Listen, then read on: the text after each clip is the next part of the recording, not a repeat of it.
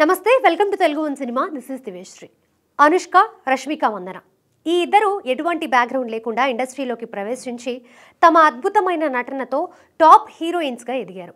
హీరోలకి ధీటుగా తమకంటూ ప్రత్యేకమైన అభిమాన గణాన్ని కూడా సంపాదించుకోవడం జరిగింది. అందుకే బడా నిర్మాతలు ఈ ఇద్దరిని ప్రధాన పాత్ర చేసుకొని భారీ వ్యయంతో లేడీ ఓరియంటెడ్ చిత్రాలు నిర్మిస్తున్నారు.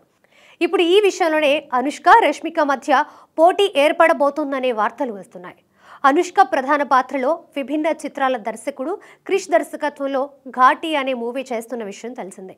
ఇంతకు ముందు ఈ ఇద్దరి కాంబోలో వేదం వచ్చి ఉండడం, ఇప్పటికే రిలీజ్ అయిన ప్రచార చిత్రాలు అనుష్క లుక్తో ఘాటిపై అందరిలోనూ అంచనాలు పెరిగాయి.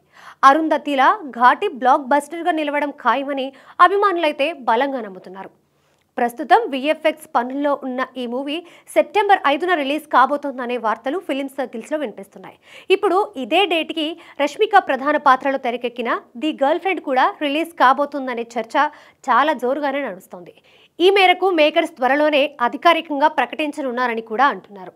Pushpa 2, animal, Chhaava, కుబేరాలతో Rashmika pan India హీరోయిన్గా గుర్తింపు తెచ్చుకోవడం, అగ్ర నిర్మాణ సంస్థ గీతా ఆర్ట్స్ గర్ల్ ఫ్రెండ్ని నిర్మిస్తుండడంతో భారీ అంచనాలు ఏర్పడ్డాయి. ప్రచార చిత్రాల ద్వారా ఈ చిత్ర కథపై క్యూరియాసిటీ ఏర్పడింది. ఈ నేపథ్యంలో అనుష్క, రష్మిక ఒకేసారి పోటీ పడితే ఎవరు పై చేయి సాధిస్తారనే ప్రచారం సినీ సర్కిల్స్లో జరుగుతోంది.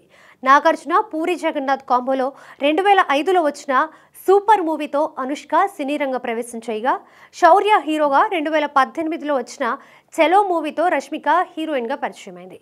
ఈ ఇద్దరు కర్ణాటక రాష్ట్రానికి చెందిన వారే.